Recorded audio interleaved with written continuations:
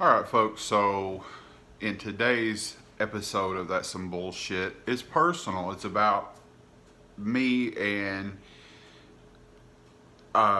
depression, anxiety, and I know there are tons and tons of people that suffer from it. But here's the deal: unless it's happening to you, you don't have the feeling of maybe empathy as strong as you should for people that do suffer from depression and anxiety. And I'm going to tell you right now, depression is kicking my ass. I think it's a mixture of the surgery, the weather outside is nasty. It's the end of January. Stress and worries that normally I could just roll through are just setting on me, and so maybe talking about it helps. And unlike some who are like, why are you putting this on video and blah blah blah, I don't care.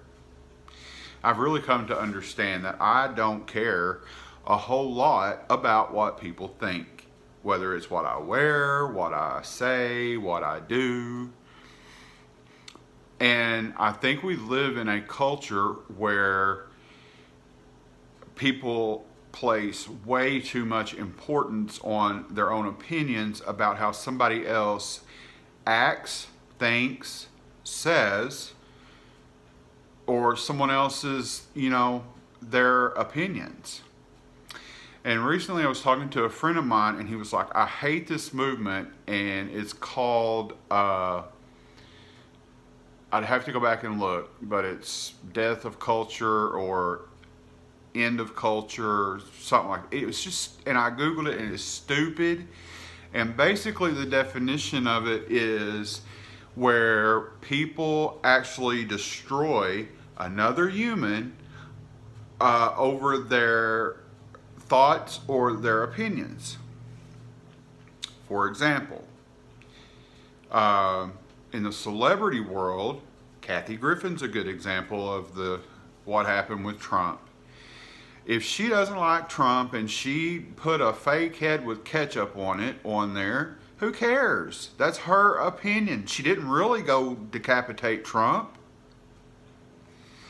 Um,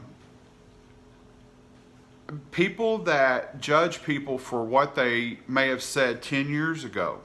Kevin Hart. You know what? It was 10 years ago. Think about maybe something you said 10 years ago that you would get, crucified over. We've all said things, is the point, that people can criticize us over. But what I have found is usually the people that are doing the criticizing and flapping their gums, kind of like I'm doing now, are miserable individuals in their own life. Myself, whenever I get depressed or high anxiety or just miserable altogether, I hide out in my house and don't come out. I ain't necessarily all piled up in bed, but I do hang out in my house. I don't socialize a whole lot. And also, as you can tell here, I break out into whelps. And these are just a few of the whelps that I have today, all over me. But I'm not saying that my opinions are right. I'm not saying that somebody else's are. Nobody has all the answers. You just have to figure out what you're going to do for yourself. But again, when we start chiming in with the goal of destroying somebody or just demolishing their career or their the popular opinion of them, and it happens on an everyday level in our small communities. How many times has somebody messed up, got caught, and are ostracized from the community for one thing, and it might not have been that bad of a thing. For instance,